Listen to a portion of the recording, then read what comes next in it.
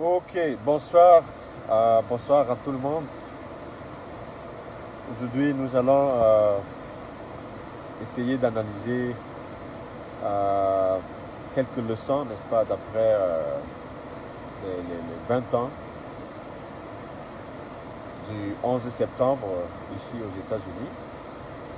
Alors, je vous avais donné rendez-vous ce soir à partir de 20 heures, heure du Cameroun. Donc, je saisis l'occasion pour saluer tout le monde qui nous rejoint dans cette petite conversation. Je vous avais dit que nous allons chaque fois, les dimanches, nous retrouver, n'est-ce pas, pour analyser non seulement l'actualité, mais surtout tirer des conclusions, n'est-ce pas, qui peuvent inspirer les leaders africains sur le plan purement stratégique. Donc, nous allons parler du 11 septembre, de la guerre contre le terrorisme et surtout des conséquences de cette guerre contre le terrorisme à travers le monde entier. Donc, je suis le docteur Abdoulaye Aziz Charé. Ça tombe bien parce que je suis encore à New York, ce qui veut dire que les festivités qui ont marqué cet événement se sont déroulées sous nos yeux. Mais ce qui nous intéresse aujourd'hui, ce sont les leçons par rapport à ces attaques, n'est-ce pas, qui ont frappé les États-Unis en plein cœur de Manhattan. Et nous allons pouvoir expliquer des enjeux dans ce conflit international qui a pris 20 ans, parce que ça fait beaucoup d'années. C'est une guerre qui a vraiment décimé des milliers de personnes. Déjà, le 11 septembre, les Américains, en 2001, ont perdu plus de 3000 personnes dans les décombres des tours jumelles. Et ce qui s'est passé après a été encore beaucoup plus terrible que les dégâts, n'est-ce pas, matériels et en personnes humaines ici à Manhattan.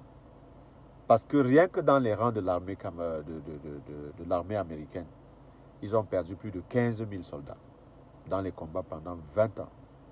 Que ce soit en Irak, que ce soit en Afghanistan et un peu partout dans le Moyen-Orient, les Américains ont perdu plus de 15 000 hommes. Ça, c'est énorme en termes de pertes humaines. Mais pour quel résultat? C'est là où nous avons un contraste. Et je veux là attirer votre attention plutôt sur les retombées politiques de certaines décisions sur le plan géostratégique.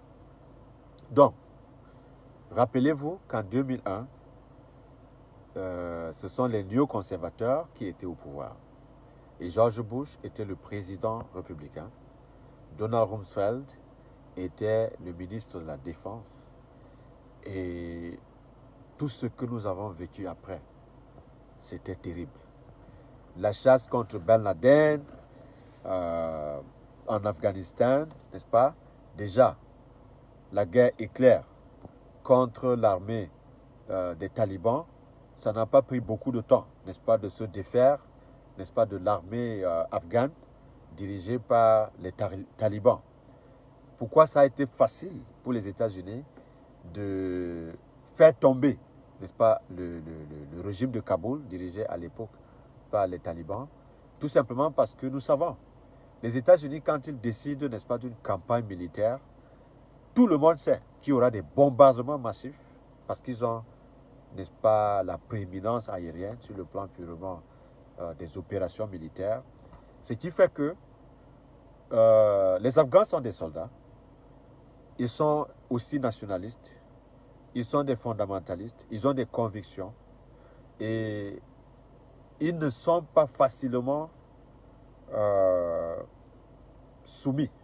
Vous comprenez? C'est-à-dire que voilà un pays qui est presque à 60 ans de guerre. Parce que ce que vous voyez là, ils ont d'abord fait la guerre contre les Russes. Et ceci pendant au moins 12 ans. Vous comprenez? Jusqu'à ce que la Russie est tombée. Parce que vous savez, la Russie était au départ une fédération. Après la guerre en Afghanistan, ce qui s'est passé, c'est la perestroïka, c'est-à-dire la destruction, n'est-ce pas, de la fédération russe. Et ensuite, la chute du mur de Berlin. Et après la chute du mur de Berlin, le bloc communiste a été complètement désemparé. Les conséquences de la chute du mur de Berlin, c'est les mouvements démocratiques, n'est-ce pas, sur le continent africain. Même si, par la suite, une trentaine d'années plus tard, on assiste à un retour, n'est-ce pas, des putschistes, n'est-ce pas, au pouvoir dans ces pays africains. Les gens ont eu beaucoup d'espoir qu'avec la chute du mur de Berlin, les démocraties devaient s'installer un peu partout en Afrique. Les Américains aussi ont voulu exporter la démocratie avec les bombes. On a donc assisté à une espèce de guerre de civilisation où d'un côté, on nous vendait, n'est-ce pas, les mérites de la démocratie, mais curieusement, les alliances se faisaient avec des dictateurs. C'est ça le paradoxe, n'est-ce pas, de la démocratie des bombes. C'est comme ça qu'on doit les appeler. Donc,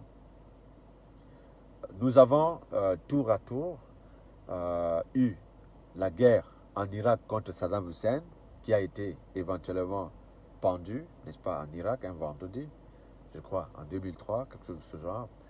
Et ensuite, la chute, n'est-ce pas, du gouvernement taliban, qui revient 20 ans après au pouvoir, avec la négociation de l'administration américaine pour avoir un gouvernement taliban. Je veux marquer une pause ici, plutôt pour vous expliquer le cynisme, n'est-ce pas, des dirigeants occidentaux quand leurs intérêts sont menacés. Donc, vous avez les États-Unis qui envahissent l'Afghanistan, qui combattent pendant 30 ans, qui perdent des milliards de dollars, qui investissent énormément dans ce qu'ils appellent le nation building. C'est-à-dire qu'on vient dans votre pays, on destitue le gouvernement, éventuellement avec la violence, et on essaie de former l'armée régulière du pays. On installe ceux qui vont être acquis, n'est-ce pas, à la défense des intérêts stratégiques des États-Unis. Et malheureusement, ils sont confinés à Kaboul. Parce que les talibans comprennent leur pays. Ils sont rentrés dans l'arrière-pays. Ils sont allés au Pakistan, par exemple. Et tout le commandement militaire, n'est-ce pas, des talibans se retrouvait à la lisière de l'Afghanistan et du Pakistan. Mais entre-temps, il y a aussi, n'est-ce pas, la guerre de proxy entre les États-Unis, la Russie, l'Iran, n'est-ce pas, et tous ces pays qui ont de l'influence à l'intérieur de l'Afghanistan. La Turquie est impliquée dans ce jeu de tractation. Il y a donc un important jeu d'alliance qui s'opère, n'est-ce pas, suite à cette intervention américaine, n'est-ce pas, sur le sol afghan. Alors, maintenant, lorsque les Américains décident de retirer leurs troupes d'Afghanistan, ils laissent, n'est-ce pas, un vide que les talibans n'ont pas hésité d'occuper en moins de 2 semaines. C'est-à-dire quand l'administration américaine décide de retirer les troupes américaines, n'est-ce pas, de l'Afghanistan, les talibans ont pris au maximum 2 semaines pour occuper le palais. Parce que le gouvernement afghan a fui pour aller au Qatar. Et je veux aussi rappeler là le rôle du Qatar dans les négociations entre les États-Unis et les talibans. Parce que c'est là où il faut lire certains enjeux. Les Américains ont négocié avec le leadership taliban au Qatar. Et dans les conclusions de ces accords, les Qataris ont accepté d'héberger le gouvernement taliban qui devait éventuellement tomber. Le gouvernement afghan qui devait éventuellement tomber et accepter sur son sol les réfugiés afghans. Et quand on parle des réfugiés, ce sont ceux-là qui étaient fidèles à l'administration afghane qui a gouverné pendant une vingtaine d'années, c'est-à-dire durant l'occupation américaine. Mais les talibans ont accepté le deal. Les talibans ont dit, voilà, Nous voulons la réconciliation. Si vous pouvez faciliter, n'est-ce pas, ces échanges-là, l'essentiel pour nous, c'est de récupérer notre pays. Ceux qui veulent rester, il n'y a pas de problème. Ceux qui veulent partir, ils peuvent partir au Qatar. Le plus important pour nous, c'est leur départ du gouvernement. Donc, ils ont donc conclu ces accords. Les Américains ont eu des garanties par rapport à la sécurité de leurs troupes que la condition pour eux de sortir tranquillement de l'Afghanistan, c'était, n'est-ce pas, que la sécurité du personnel américain et de leurs soldats soit assurée et que les talibans n'attaquent pas, n'est-ce pas, les soldats américains sur le sol afghan. Alors, les talibans ont accepté cela, sauf que à la dernière minute, il fallait donc détruire des informations confidentielles dans les bases militaires américaines, que ce soit au niveau de la plus grande base militaire ou bien dans les aéroports qui traquaient les entrées et les sorties, n'est-ce pas, du pays, parce que c'est un pays important qui a extrêmement beaucoup de richesses, n'est-ce pas, sur son sol. Ça peut dire le pétrole, l'uranium, de l'or, le cuivre, tout ce que vous pouvez imaginer. C'est pour cela que sur le plan géostratégique, on dit de l'Afghanistan que c'est un gâchis, n'est-ce pas, en matière de matières premières, n'est-ce pas.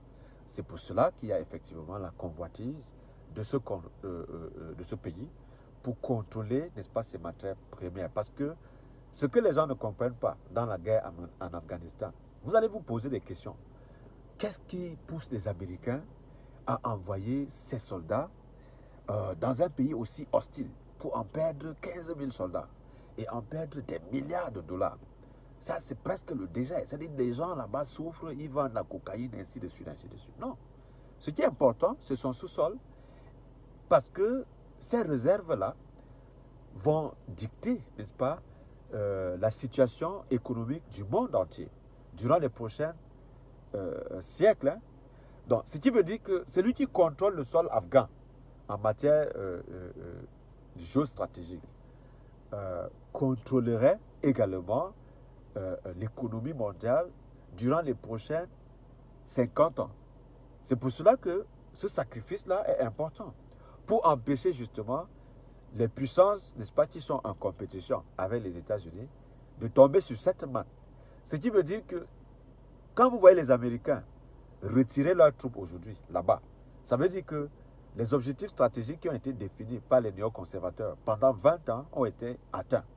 Ils ont réussi, par exemple, à freiner l'avancée de la Chine, l'avancée de la Russie, qui sont leurs compétiteurs immédiats sur le plan purement géostratégique. Ils ont suffisamment miné le terrain pour empêcher l'exploitation de certaines zones stratégiques qui peuvent créer un déséquilibre sur le plan de la compétition. Voilà donc la raison qui a poussé, par exemple, les États-Unis à envahir des pays les plus importants dans le Moyen-Orient pour essayer de freiner, n'est-ce pas, l'avancée fulgurante, que ce soit de la Chine ou de la Russie, qui sont un tandem important dans la compétition géostratégique sur le plan, n'est-ce pas, de la direction des affaires du monde. Et un autre aspect qui est aussi très important, le commerce international jusqu'ici se fait en dollars. Or, lorsque le commerce, n'est-ce pas, est fait en dollars, il va de soi qu'on doit également contrôler les matières premières à travers le monde. C'est pour cela que vous avez des bases américaines un peu partout. Donc, je dis tout ceci pour attirer l'attention des Camerounais, de ne pas tomber dans le piège, n'est-ce pas, des analystes un peu naïfs qui voudraient faire croire que les Américains ont perdu la guerre et voilà, c'est pour cela qu'ils fuient l'Afghanistan. Non.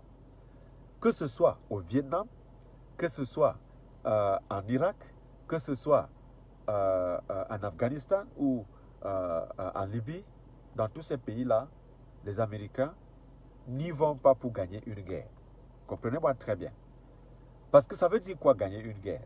Est-ce que vous avez entendu tous ces pays-là, par exemple, envahir les États-Unis pour dire que voilà, ils ont infligé une humiliation à la puissance militaire américaine? Non. Aucun pays, je dis même la Russie ou la Chine, ne peut prendre le risque de venir attaquer les Américains sur leur sol. Ils ne peuvent pas.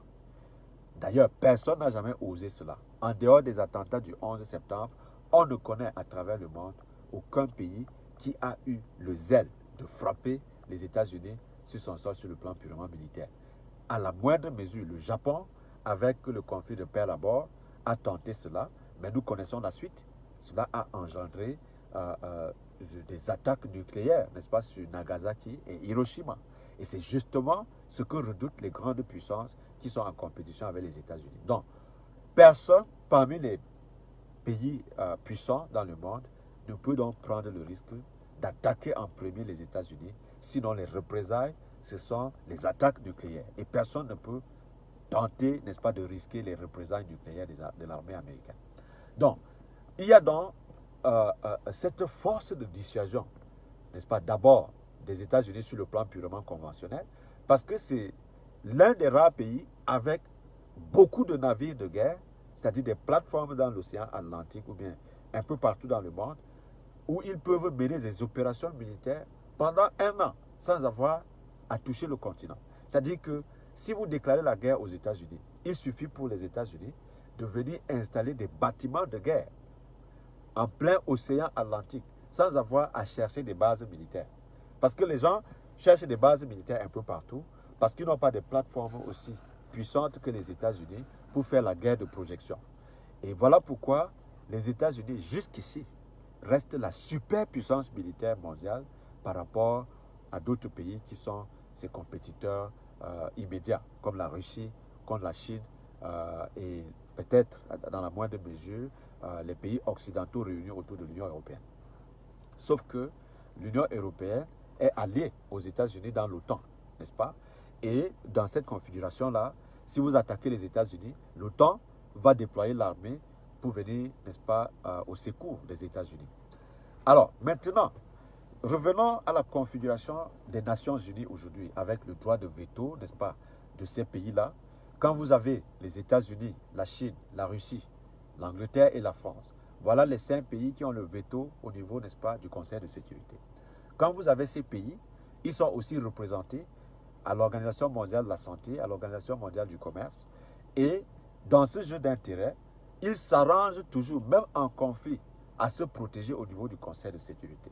Ce qui fait que, dans une situation de conflit d'intérêts, la Chine va, n'est-ce pas, adresser la menace du veto, comme les États-Unis, comme l'Angleterre, comme la France, ainsi de suite, ainsi de suite.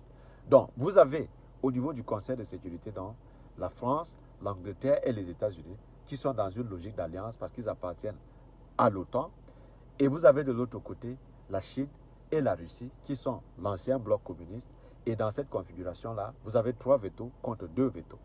Maintenant, qu'est-ce qui fait, n'est-ce pas, la puissance, n'est-ce pas, diplomatique, n'est-ce pas, des États-Unis? C'est d'abord au niveau du commerce international, où le commerce international se fait, pour la plupart des cas, avec le dollar américain. Maintenant, sur le plan militaire, personne ne veut se créer des problèmes avec les États-Unis, avec sa puissance militaire, ce qui fait que le bloc de l'OTAN, qui réunit l'Union européenne et une partie de l'Afrique, a déjà, n'est-ce pas, sur le plan international, une influence intéressante. Maintenant, tous les pays non alignés essaient de se mettre ensemble, mais personne ne prend le risque, n'est-ce pas, d'entrer en conflit avec le bloc capitaliste dirigé par les États-Unis. Et voilà pourquoi, sur le plan intérieur en Afrique, ceux qui font la politique doivent tenir compte, n'est-ce pas, de ces réalités que je viens de vous présenter. Parce que sur le plan de la diplomatie, chaque président africain a intérêt à bien analyser la complexité de ce que je viens de vous décrire là, pour ne pas tomber dans le piège, n'est-ce pas, d'un bloc et avoir des sanctions économiques qui peuvent avoir des répercussions sur la stabilité du pays. Voilà pourquoi, par exemple, n'est-ce pas, durant les années d'indépendance, le Cameroun est l'un des rares pays qui a engagé une rébellion armée contre la colonisation française. Exactement comme le schéma qu'il y a eu en Algérie. Sauf qu'au Cameroun, le bloc communiste n'était pas suffisamment représentatif pour créer, n'est-ce pas, l'équilibre de terreur sur le plan, n'est-ce pas, des opérations militaires à l'intérieur du Cameroun. Donc, pour dire en très peu de mots que l'UPC, qui était allié, n'est-ce pas, au bloc communiste, n'a pas eu le soutien militaire, que ce soit de la Russie ou de la Chine, comme ça a été le cas, n'est-ce pas, des Arabes en Algérie, qui avaient, n'est-ce pas, ce soutien-là. C'est pour cela qu'ils ont réussi à défaire l'armée française en Algérie. Parce qu'il faut vous rappeler que la France a perdu la guerre d'Algérie. La France a également perdu la guerre au Vietnam. Voilà les 3 pays qui étaient impliqués dans une guerre contre la colonisation. Le Vietnam, le Cameroun et l'Algérie. Et à la moindre mesure le Cambodge. Mais au Cameroun, malheureusement, l'UPC a perdu la rébellion armée.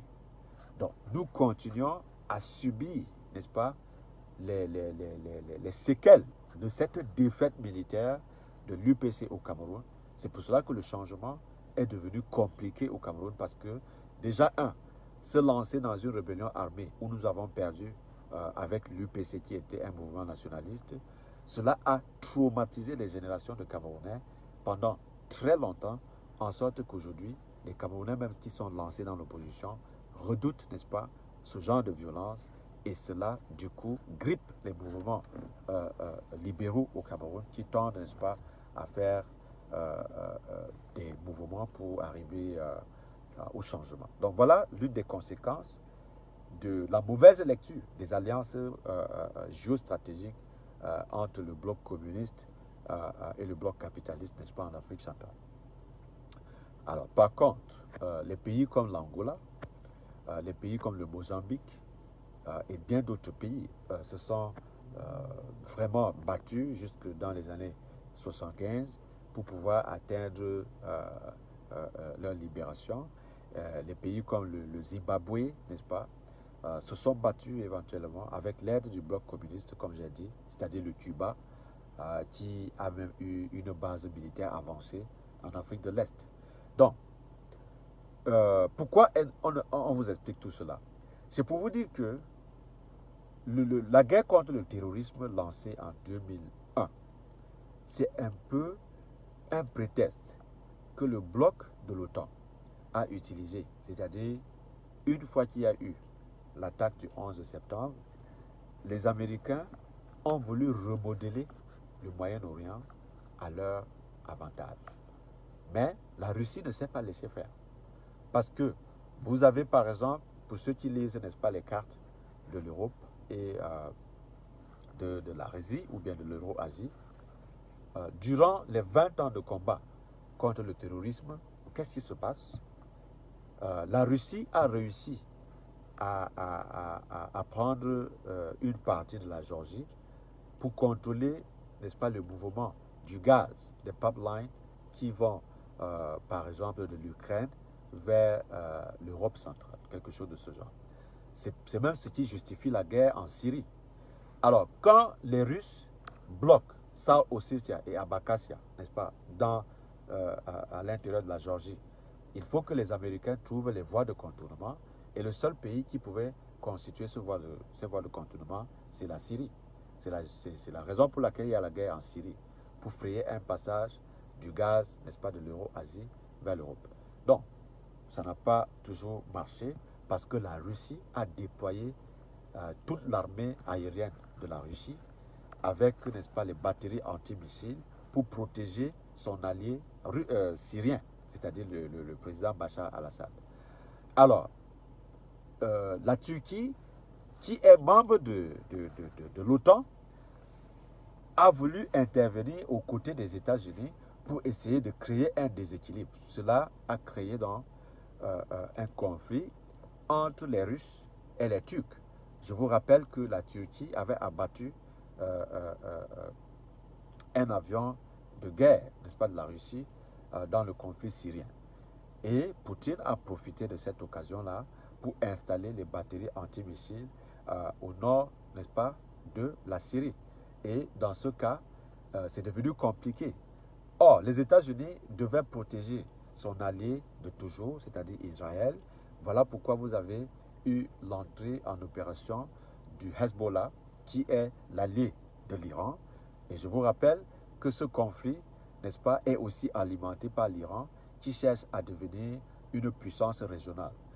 Dans ce conflit également, l'Arabie Saoudite a investi beaucoup de moyens pour renverser le gouvernement de Bachar al-Assad et couper les pieds, n'est-ce pas, de l'Iran qui faisait une incursion sur le sol syrien pour contrôler le Liban et être, n'est-ce pas, en confrontation avec Israël. Donc vous voyez qu'il y a une confluence, n'est-ce pas, d'alliances dans le Moyen-Orient qui rend le débat géostratégique très intéressant. Qu'est-ce que ça veut dire concrètement? Les États-Unis sont en Afghanistan. Cela crée moins d'inquiétude, n'est-ce pas, pour son allié israélien. Les États-Unis également sont en relation avec l'Inde, qui est en difficulté avec le Pakistan. Et le Pakistan a intérêt à soutenir les talibans parce qu'ils ont intérêt à ce que les talibans reprennent le pouvoir en Afghanistan pour regagner, n'est-ce pas, le combat géostratégique parce qu'ils ont les armes nucléaires également. Donc, vous voyez la complexité de ce que je viens de vous présenter. Et tout part du 11 septembre. Vous comprenez? On essaie de redéfinir les cartes, n'est-ce pas, dans l'Euro-Asie, dans le Moyen-Orient, en Afrique, ainsi de suite, ainsi de suite. Parce que c'est le jeu d'intérêt, c'est le jeu d'alliance pour contrôler déjà les matières premières et pour avoir de l'influence. Parce que celui qui contrôle les matières premières sur le plan des jeux d'alliance a, n'est-ce pas, des pressions diplomatiques pour dicter sa volonté sur le plan purement économique et sur le plan géostratégique. Et c'est ce que les États-Unis font. Donc, ceux qui n'ont pas une finesse dans la lecture de la complexité que je viens d'exposer là, peuvent tomber dans la facilité d'analyse à faire croire au monde que les Américains ont perdu la guerre en Afghanistan, alors qu'en réalité, les Américains se battent plutôt pour reconfigurer les alliances et en tirer excessivement profit. Parce que quand vous avez des alliances, n'est-ce pas, dans le Moyen-Orient, vous contrôlez le commerce, n'est-ce pas, de ces matières premières avec le dollar, vous vous frottez les mains. C'est exactement ce que les Américains sont en train de faire. Dire que les Américains ont perdu la guerre en Afghanistan, par exemple, voudrait dire que les Américains ne font plus les transactions économiques là-bas en dollars. Or, tout ce qui se passe là-bas se fait encore en dollars. On n'a pas introduit le rouble russe là-bas, on n'a pas introduit le yen chinois là-bas. Donc, effectivement, le plus grand enjeu dans ces combats, c'est que le commerce continue à se faire avec le dollar américain. L'autre élément, et c'est très important, c'est la situation, n'est-ce pas, de l'Iran par rapport à ce conflit. Après, dans le retrait, n'est-ce pas, de l'armée américaine en Afghanistan, les Turcs ont investi l'aéroport de Kaboul pour, n'est-ce pas, prendre le contrôle de cet aéroport-là. Les Américains, eux, négocient avec le Qatar parce que c'est le Qatar qui détient l'essentiel de l'ancienne administration afghane et ça représente un pilier important au niveau des transactions économiques parce que les talibans auront besoin de l'argent pour financer leur gouvernement. Et sur le plan purement militaire, les Russes font leur entrée en Afghanistan en devenant des alliés nouveaux des talibans qui les ont chassés en Afghanistan, pendant que le gouvernement afghan, qui était au départ l'allié des Américains, se retrouve hors du pays, au Qatar. Mais il y a les enjeux de la reconstruction également, parce que la reconstruction va se jouer entre le Qatar, par exemple, et les Turcs, n'est-ce pas, qui ont intérêt à gagner du terrain sur le plan des mines qui sont très riches, n'est-ce pas, sur le sol afghan, les matières premières. Vous savez, les Turcs, n'est-ce pas, se sont engagés en Syrie pour avoir l'opportunité d'exploiter les matières premières de la Syrie. Ça a capoté. Ils n'ont pas réussi ce coup-là. Donc, quand les Américains quittent l'Afghanistan, ça donne la possibilité aux Turcs, n'est-ce pas, de se lancer en aventure de ce côté pour profiter donc des travaux de la reconstruction d'une part et ensuite de l'exploitation de certains gisements de matières premières sur le sol afghan. Donc, maintenant vous constatez effectivement que l'attentat du 11 septembre n'était qu'un prétexte, n'est-ce pas, qui avait des enjeux économiques importants, extrêmement importants. Et les Américains ne pouvaient pas laisser passer, n'est-ce pas, cette chance de redéfinir la carte du Moyen-Orient. Vous comprenez? Et là, je n'ai même pas parlé de l'Afrique, parce que ce que vous devez comprendre dans ce jeu de reconfiguration du Moyen-Orient, c'est que les Égyptiens, par exemple, étaient en difficulté dans ces jeux d'alliance, parce que les frères musulmans ont une alliance, n'est-ce pas, avec, n'est-ce pas,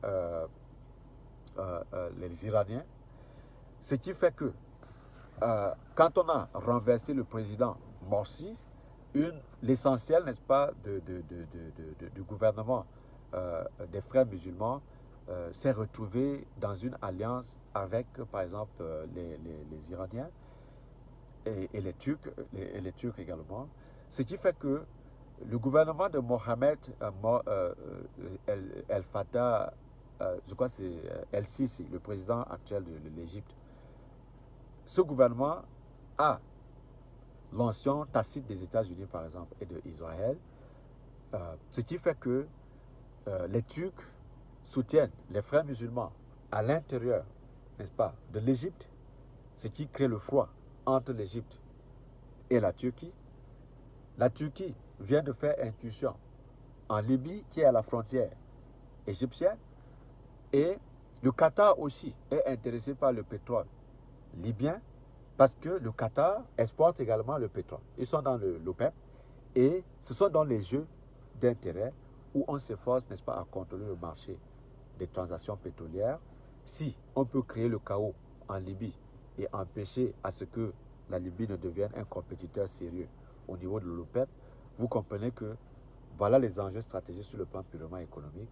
Chacun se bat pour maintenir ses intérêts, chacun se bat pour contrôler les hégémons dans cette région-là, afin d'avoir les marges de manœuvre pour se tirer du jeu purement stratégique. La Russie, quant à elle, a déjà la Syrie, ensuite l'Iran, et vend du matériel militaire pour essayer, n'est-ce pas, de s'en sortir par rapport aux sanctions américaines. Je vous rappelle que les Américains, après les élections de 2016, où Donald Trump a gagné éventuellement la Maison-Blanche, l'Amérique a appliqué des sanctions sévères sur la Russie. Donc, la seule possibilité pour la Russie, n'est-ce pas, de contourner ces sanctions, c'était de vendre les armes à des alliés comme par exemple la Syrie, l'Iran et la Turquie. Vous comprenez? Donc, les batteries antimissiles que les Russes ont vendues dans ces régions-là pouvaient ramener beaucoup de devises, n'est-ce pas, à l'administration de Poutine. Ils ont également envahi le Crimée, n'est-ce pas, en Ukraine, pour se positionner dans cette région-là. Et voilà autant de tractations entre les grandes puissances qui se contrôlent.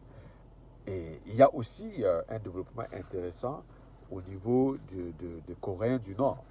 Les États-Unis sont en Corée du Sud et au Japon, et la Russie, quant à elle, est l'allié naturel de la Corée du Nord. Donc, vous voyez comment j'ai balayé comme ça au niveau de la géostratégie des alliances entre les grandes puissances en rapport avec les attaques du 11 septembre. Alors, qu'est-ce que nous pouvons donc tirer de tout ce que je viens de vous expliquer? Le premier élément, c'est que en Afrique, il y a un regain des coups d'État que les gens ne comprennent pas. Qu'on soit en Centrafrique, cela a échoué tout simplement parce que les Russes étaient sur place. Que vous soyez au Tchad, l'assassinat de Idriss Déby pour être remplacé par son propre fils. Si vous êtes au Mali, la chute, n'est-ce pas, du président Boubacar Keïta, n'est-ce pas? Quand vous allez en Guinée, vous avez la chute de Condé qui est remplacé par un autre soldat. Et tout cela, c'est dû, n'est-ce pas, à la chute de Kadhafi. C'est-à-dire qu'il fallait balayer Kadhafi au nord de ces pays-là pour faire le chantage de la lutte contre le terrorisme, profiter de cette lutte contre le terrorisme pour former des soldats qui devaient remplacer les chefs d'État africains démocratiquement élus. Et c'est une espèce de repositionnement des États-Unis sur tout le Sahel, n'est-ce pas, africain. Déjà, à partir de la chute de Mohamed Kadhafi. Et dans cette configuration-là, vous voyez que l'OTAN est en train de positionner, n'est-ce pas, ces hommes de lige sous forme de soldats pour mieux contrôler la Russie et la Chine qui occupent progressivement les grands lacs, c'est-à-dire Djibouti, la Centrafrique. Et le jeu intéressant, c'est le jeu de Paul Kagame. Paul Kagame a fait alliance avec le président Touadéra, alors que Paul Kagame, pour reconstruire son pays, a eu besoin des États-Unis et de l'exploitation, n'est-ce pas, de la République démocratique du Congo. Et dans cette configuration, vous voyez qu'il y a un jeu d'équilibrisme entre les dirigeants africains dans le cadre, n'est-ce pas, de ces combats géostratégiques que je viens de vous évoquer. Maintenant, qu'est-ce que cela veut dire concrètement pour la lutte des changements en Afrique? Ce que chaque Africain doit comprendre dans ces combats que je viens d'évoquer là, c'est qu'il est absurde de faire croire naïvement aux peuples africains qu'il suffit d'avoir des accords avec les pays occidentaux pour se protéger contre les représailles de ces pays-là. Alors, si vous observez bien, les dirigeants africains qui sont tombés dans le coup des coups d'État, ça ne veut pas dire qu'ils n'étaient pas des alliés des Occidentaux.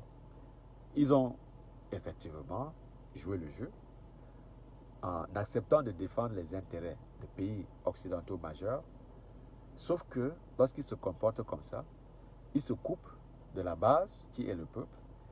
Il y a donc ce que j'appelle la crise de légitimité de nos pays, de nos dirigeants africains. Et dans cette configuration-là, ils ont un double problème. Ils ne sont pas toujours capables de satisfaire les besoins des pays occidentaux qui les protègent.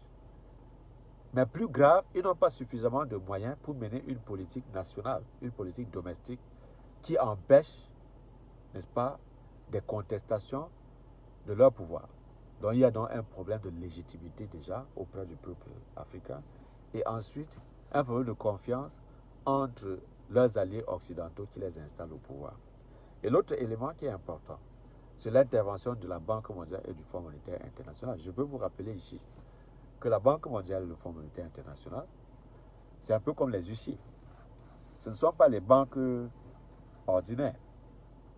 Le Fonds monétaire international ou la Banque mondiale n'intervient que dans les pays en faillite. Donc quand vous avez le Cameroun aujourd'hui qui célèbre les prêts d'argent auprès du Fonds monétaire international ou bien de la Banque mondiale, c'est vraiment comique. Parce que la vérité est que nous sommes en faillite. Il faut donc les accords avec ces banques-là pour restructurer notre économie, ce qu'ils appellent le plan d'ajustement structurel. Et dans cette configuration-là, nous n'avons pas de politique économique. La seule politique qui est valable au Cameroun aujourd'hui, c'est une espèce de politique pour payer la dette. Le Fonds monétaire international, la Banque mondiale intervient dans ce cadre-là pour aider le Cameroun à payer ses dettes. C'est tout. Comment est-ce qu'on peut nous dire qu'on a une politique économique alors qu'il y a deux huissiers au sommet, n'est-ce pas, du Cameroun pour effectivement nous aider à payer notre dette? Donc il n'y a même pas de politique économique au Cameroun. Ce qu'on nous vend comme étant l'émergence 2035, c'est du mirage. Ça, c'est la blague. Ça n'a pratiquement aucun sens. Si vous ajoutez donc à ça la guerre dans le nord-ouest et le sud-ouest, la guerre contre Boko Haram, la crise post-électorale et la pandémie du Covid-19, vous avez là une confluence, n'est-ce pas, de problèmes qui peuvent vous pousser à l'instabilité du Cameroun. Donc ça, c'est très important. Maintenant, si nous voulons être sérieux, c'est le moment d'aller au dialogue au plus vite. C'est ça que nous voulons que les gens comprennent. Vous ne pouvez pas être en difficulté de payer les dettes. Vous avez à votre sommet la Banque mondiale, le Fonds monétaire international, qui sont comme les huissiers. Et vous vous lancez dans une guerre aveugle contre une partie du pays. Or, quand vous vous comportez comme ça, vous coupez non seulement une partie du recette qui aurait pu nous aider à payer la dette, mais vous créez la désolation au sein de la population où il y a les lots de morts qui menace dangereusement la stabilité de tout le pays. Ça, c'est la vérité. Et il y a encore un élément important. La guerre contre Boko Haram, là, c'est un peu comme la guerre du terrorisme que je viens de vous évoquer. Il y a une cause lointaine à la guerre contre le terrorisme parce que la misère crée un terreau pour recruter les terroristes. C'est aussi simple que ça, pour ceux qui peuvent comprendre ce que je viens de dire. Les nordistes, dans notre pays, se sentent en quelque sorte abandonnés par le gouvernement central et des pays importants comme le Nigeria, qui a extrêmement le pétrole, parce que le Nigeria est l'un des membres de l'OPEP, ont sur leur sol un problème de sécurité avec Boko Haram. Alors, pour se protéger contre la puissance de feu de l'armée nigériane, ces rebelles de Boko Haram font des incursions sur le territoire camerounais, n'est-ce pas, à la lisière du lac Tchad et un peu partout dans l'Adamawa, ainsi de suite. Donc, voilà pourquoi le Cameroun aurait eu un intérêt important de collaborer avec le Nigeria pour circonscrire le mouvement de ces rebelles terroristes. Mais la situation dans le nord-ouest et le sud-ouest est particulière, parce que là, vous avez les Camerounais qui se plaignent de la marginalisation, qui n'ont pas été écoutés pendant très longtemps et qui ont pris les armes pour lancer un mouvement de succession. Alors, voilà des problèmes politiques qui nécessitent des solutions politiques, mais notre gouvernement continue à faire la sourde oreille. Alors qu'en réalité, l'intelligence pour l'administration camerounaise aurait été de cesser d'être arrogante pour engager des négociations sérieuses à l'intérieur du pays afin de circonscrire ces conflits localisés qui ont, n'est-ce pas, un impact dans la stabilité de tout le pays. Parce que avant, au début de ce conflit-là, les intellectuels camerounais sont allés à la télévision pour dire que voilà, il n'y a pas d'anglophones, il n'y a pas de marginalisation d'anglophones, il n'y a pas de crise anglophone, il n'y a pas de guerre anglophone, ainsi de suite, ainsi de suite. Aujourd'hui, le langage a changé 5 ans après. Il y a des milliers de morts, il y a des soldats qui meurent, il y a la crise économique qui se pointe. Vous comprenez? Quand vous ajoutez à cela la pandémie du Covid-19, vous comprenez? Vous voyez à peu près l'image que j'essaie de présenter. Bon, alors, ici, à Fourmi-Mayon, nous voulons en quelque sorte vous faire ce genre d'analyse froide, n'est-ce pas? Pour attirer l'attention de la société civile au Cameroun, en sorte qu'elle se prenne en main et qu'elle comprenne qu'à un moment donné, il faut un sursaut patriotique pour sauver le pays. Ce n'est pas le silence ou bien la peur de ce que le gouvernement peut faire à la société civile qui peut sauver notre pays. Ce qui peut sauver notre pays, c'est notre sursaut patriotique, de prendre des risques, d'élaborer méthodiquement des analyses qui peuvent attirer non seulement l'attention des pouvoirs publics, mais également l'attention de la communauté internationale. Vous dites, écoutez, nous ne sommes pas les animaux. Nous avons une classe politique intelligente. Nous avons des intellectuels capables. Nous avons une diplomatie redoutable qui soit capable, n'est-ce pas, de défendre les intérêts supérieurs du Cameroun, mais qui peut également ménager certains pays occidentaux pour éviter la politique interventionniste de ces puissances occidentales sur le sol camerounais. Voilà autant d'enjeux. Alors, on peut comprendre le désir du pouvoir en place de confisquer ce pouvoir-là. On peut comprendre cela. Mais à un moment donné, il faut être extrêmement intelligent. Avec beaucoup de finesse, on peut arriver à créer une situation de consensus à l'intérieur du pays où on essaie de perfectionner le système avec un système d'union, d'un gouvernement d'union nationale qui attire à tous les bords politiques des éléments, n'est-ce pas, de notre pays qui ont des compétences suffisantes pour sortir le Cameroun du bourbier dans lequel nous nous trouvons. Or, on ne peut pas avoir ce consensus-là avec des extrémistes, des gens égoïstes qui pensent qu'ils sont la solution à tous les problèmes de notre pays. Je veux rappeler ici que la diversité ethnique au Cameroun est un sérieux problème. Au lieu que le gouvernement profite de cette diversité-là pour cultiver la tolérance, on exacerbe plutôt le tribalisme à l'intérieur du pays. Ce qui est un danger parce que cela ouvre la porte à l'intolérance. Cela ouvre la porte à la violence politique. Et cela menace la stabilité de tout le pays. Au lieu de nous claquemurer dans la politique identitaire, il devient plutôt urgent de parler des vrais problèmes de notre pays et de nous départir de la loyauté en faveur de nos communautés. De travailler comme des intellectuels en mettant en avant notre compétence pour aider le gouvernement à sortir de ce goulot d'étranglement et pour donner une chance aux futures générations au Cameroun. Parce que si nous nous lançons dans une guerre civile comme c'est le cas en Afghanistan, je vous ai expliqué que les Afghans sont des nationalistes. Depuis 60 ans, ils sont en guerre. Mais en contrepartie, lorsque vous voyez l'Afghanistan, il y a quoi? C'est la misère, c'est la désolation. C'est un pays occupé. C'est un pays qui ne peut pas vivre. C'est un pays qui est complètement asphyxié. Lorsque vous regardez un pays comme la Syrie, c'est également la même situation. Même comme les Syriens sont des nationalistes, ils résistent. Ils ne laissent pas. Des milliers de morts chaque jour dans ce pays. Quand vous voyez la situation de la Libye, la même chose.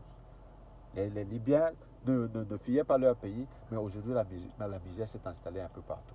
Bon, ça ne veut pas dire que moi je sois en train de défendre le dictateur. Ça veut simplement dire qu'il est de l'intérêt de nos dirigeants d'essayer de comprendre la population et de travailler au modèle politique qui facilite le consensus et qui donne la possibilité de dialogue, qui donne la possibilité aux populations de se réconcilier pour arriver, n'est-ce pas, à des formules politiques qui créent l'apaisement, qui créent le consensus et qui sortent le pays de la situation conflictuelle dans laquelle nous nous trouvons aujourd'hui. Nous avons besoin de tout le monde dans ce genre de configuration. Il ne s'agit plus de prêcher au désert, d'être dans les extrêmes, de donner l'impression qu'en dehors de moi, c'est le virage.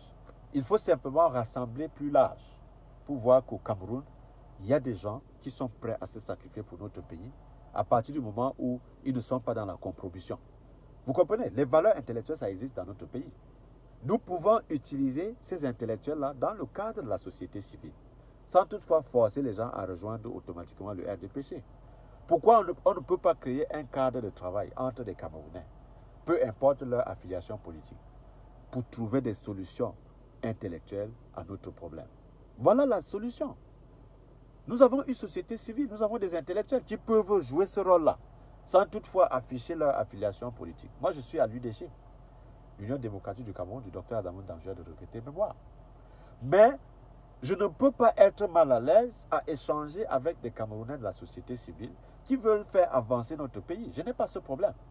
Mais si je suis persécuté pour mes idées, pour mon libéralisme, pour ma façon de voir, qui va au-delà, n'est-ce pas, des considérations partisanes. Si les gens m'attaquent tout simplement parce que je suis Bamoun, il n'y a aucun intérêt pour moi de vendre ma dignité pour commander la validité à l'intérieur de notre pays. Vous comprenez? Il n'y a pas à diviser les Camerounais entre les Camerounais de la diaspora et les Camerounais de l'intérieur. Ça n'a aucun sens. Pratiquement aucun sens. Regardez où cette politique nous a amenés dans la guerre civile. Il n'y a pas à se radicaliser, n'est-ce pas? Parce qu'on est au gouvernement et qu'on a peur de perdre le gouvernement. Vous comprenez? De la même façon, nous étant dans l'opposition, nous devons aussi être pragmatiques. Nous devons être intelligents sur le plan purement stratégique.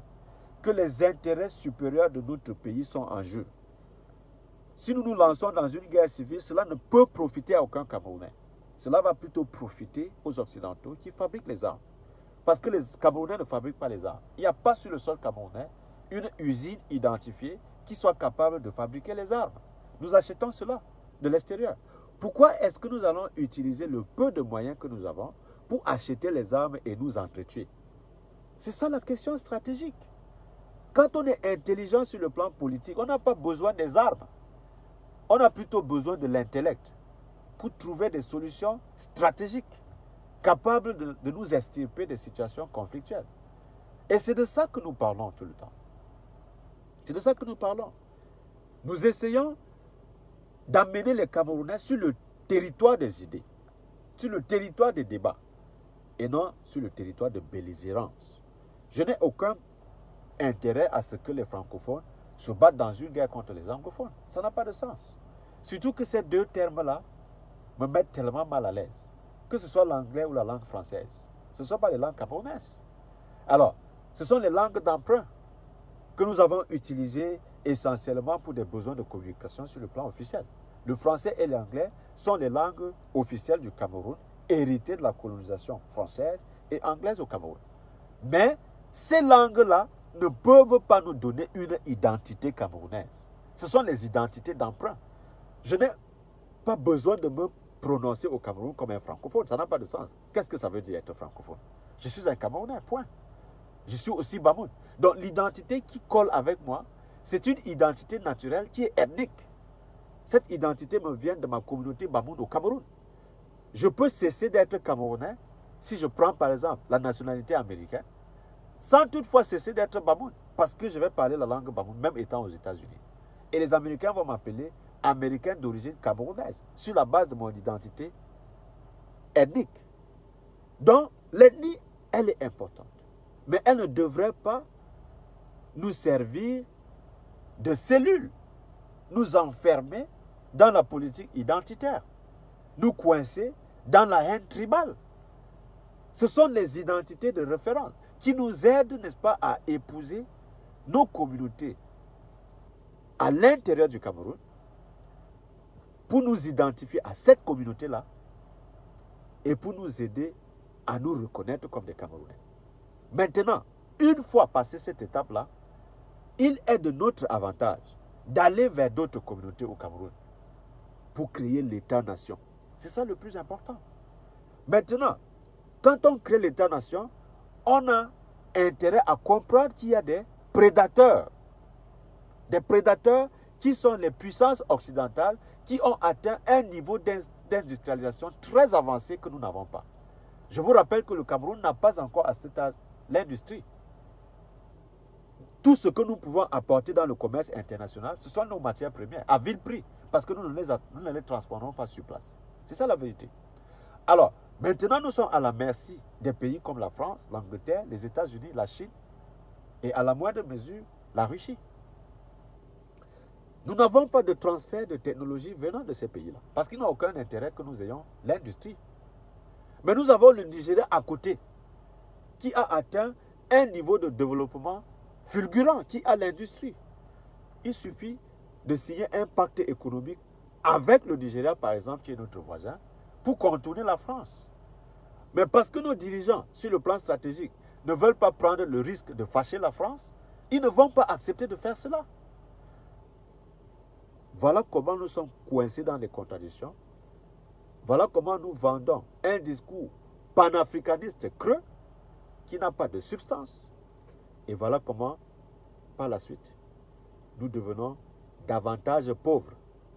Nous ne sommes pas capables d'avoir de l'électricité dans notre pays, avec des grands fleuves. Nous n'avons pas la possibilité de développer une industrie au Cameroun, exactement parce qu'il y a une crise énergétique au Cameroun, qui est corollaire à la mauvaise politique de la structuration de votre modèle économique. Nous avons des penseurs, nous avons des intellectuels au Cameroun qui peuvent réfléchir sur tout cela. Mais ils sont plutôt occupés à se battre pour les postes dans le gouvernement. Or, le gouvernement en lui-même ne produit pas les biens. Le gouvernement est un régulateur. Nous n'avons pas de tissu économique puissant, nous n'avons pas d'industrie, nous ne produisons pratiquement rien et nous importons tout avec le peu de devises qui sont à notre disposition. Alors, voilà donc l'État jacobin qui souffre du néocolonialisme. Et dans cette configuration-là, cela fait l'affaire des multinationales. Vous avez Bolloré qui contrôle les ports du Cameroun. Et vous avez la France qui profite, n'est-ce pas, de cela pour gagner les marchés à l'intérieur de notre pays. Et vous avez des Camerounais qui n'ont pas les moyens de se lancer dans l'entreprise privée. Voilà les problèmes. Donc, Comment est-ce qu'on peut donc développer le Cameroun si on ne peut pas comprendre que pour arriver au développement, nous devons passer par l'industrialisation de notre pays? Et comment on peut industrialiser le Cameroun si on n'a pas de l'énergie, si on n'a pas de l'électricité? Comment pouvons-nous avoir de l'électricité s'il n'y a pas une volonté politique de nous donner cette indépendance énergétique? Voilà autant de questions. Alors, au lieu de vendre l'illusion aux Africains dans des discours panafricains enchanteurs, dans les rêves qui n'ont pratiquement aucun sens, il faut que les Camerounais commencent à être pragmatiques. Moi, je vous parle ainsi parce que je suis allé dans les universités américaines. Ça fait 15 ans que moi, je suis avec les Américains. Et là, je commence à comprendre les enjeux économiques dans les discours politiques. Si je vous parle comme ça, de manière détachée, c'est parce que cette expérience dans la formation me donne la possibilité d'avoir les éléments d'analyse qui peuvent m'aider à comprendre non seulement les Occidentaux, mais aussi les Africains. Mais chez moi, au Cameroun, les gens veulent créer une guerre entre la diaspora camerounaise et ceux qui sont restés au pays. Vous avez déjà vu un pays qui s'est développé sans sa diaspora? Ça n'existe pas. Que ce soit la Chine, que ce soit la Corée du Sud, que ce soit l'Iran, que ce soit le Brésil, tous ces pays émergents aujourd'hui le sont grâce à leur diaspora. Mais au Cameroun, le débat est coincé dans la double nationalité. N'est-ce pas? Et ce qui est amusant, on se comporte au Cameroun si les gens avaient même envie de garder la nationalité camerounaise. Donnez-moi une seule raison d'être fier de garder la nationalité camerounaise. Une seule. Il ne faut pas que les gens se coincent dans la fausse fierté, dans le chauvinisme qui n'a pas de sens, dans un patriotisme aveugle, dans un nationalisme suicidaire. Vous comprenez? Je vous dis la vérité. Hein? Moi, je suis Camerounais. J'ai la nationalité camerounaise. Je vis sur le sol américain. Mais, si je ne regardais que le comportement de l'administration camerounaise, ou bien le comportement de nos ambassades, c'est que je ne suis plus Camerounais. Parce que vous imaginez quelqu'un qui travaille, qui a besoin de son passeport pour voyager, et vous envoyez un dossier à l'ambassade et ça fait 1 an et vous n'avez pas de passeport. Qu'est-ce qui vous forcera à garder cette nationalité-là? Vous comprenez? Rien que pour des mesures administratives, pour voyager. Il est plus facile pour un Camerounais de voyager avec un passeport américain ou bien un passeport français. Parce que si vous avez le passeport camerounais, à chaque fois, on va vous interpeller dans les aéroports. On va vous suspecter d'être un malfrat, alors que vous ne l'êtes pas. Vous comprenez? On peut vous refouler dans certains pays.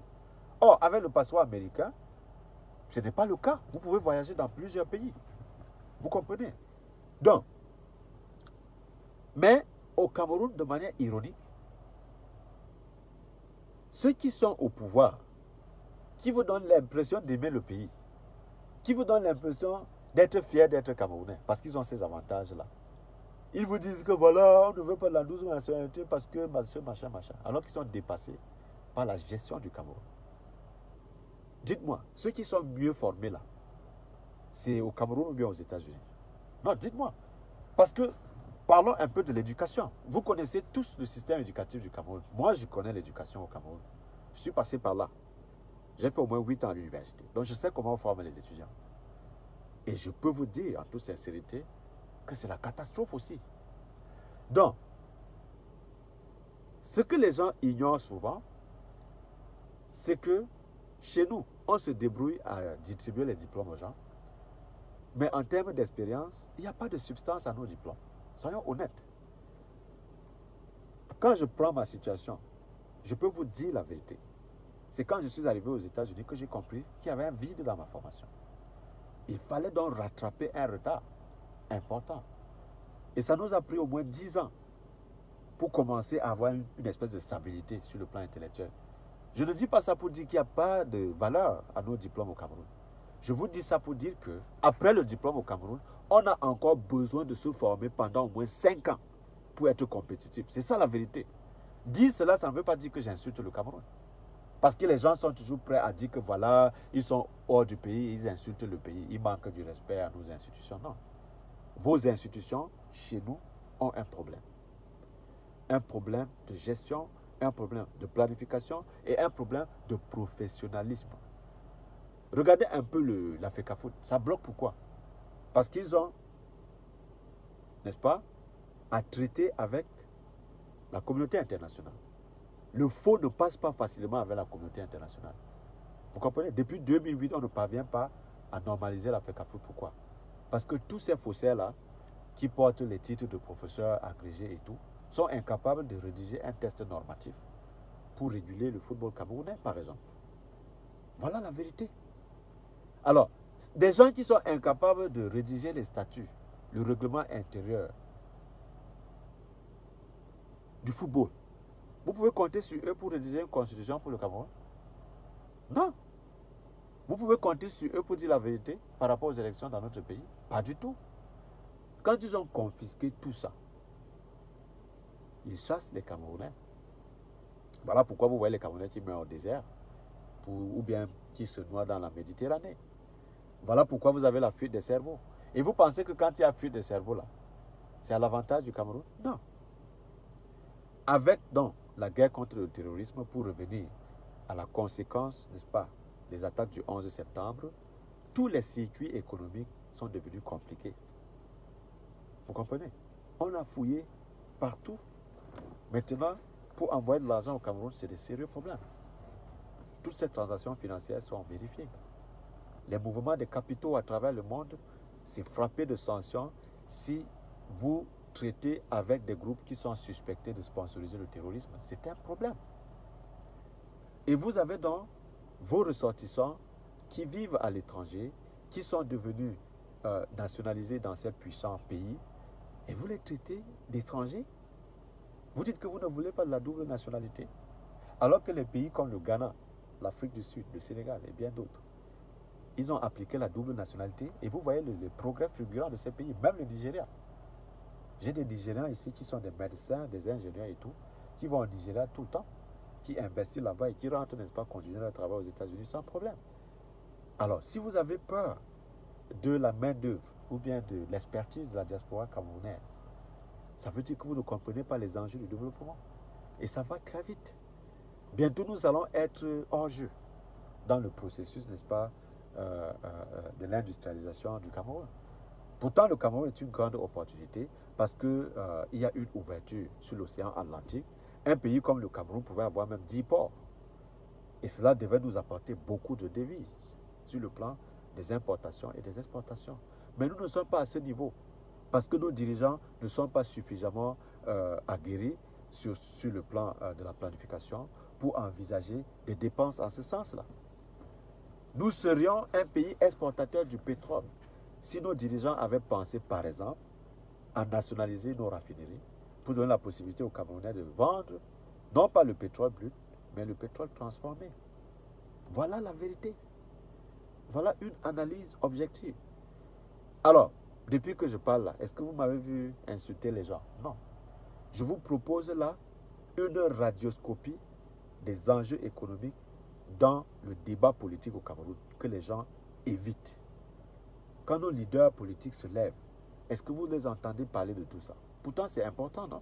Nous voulons quand même aussi les écouter sur ça.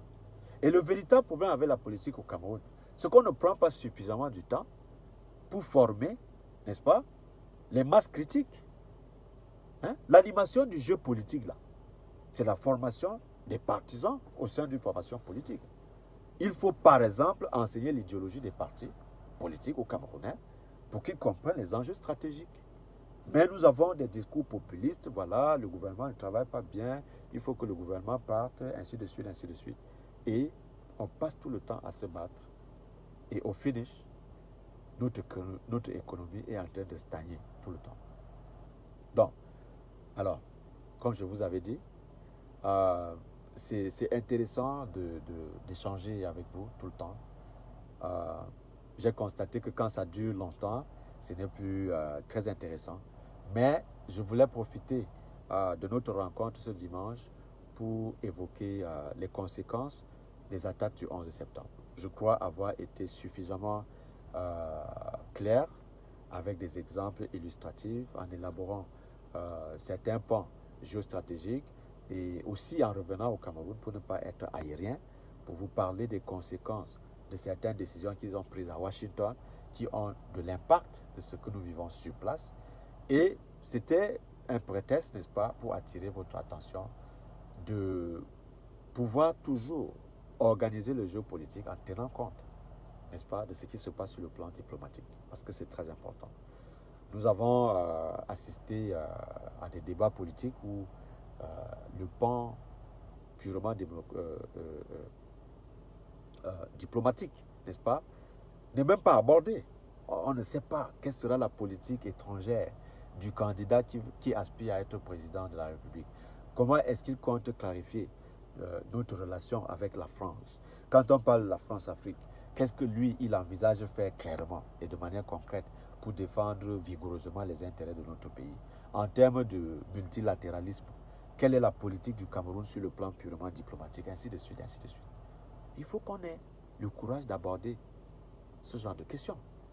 Et à partir de là, on peut faire des projections dans le futur. On peut même commencer à rêver.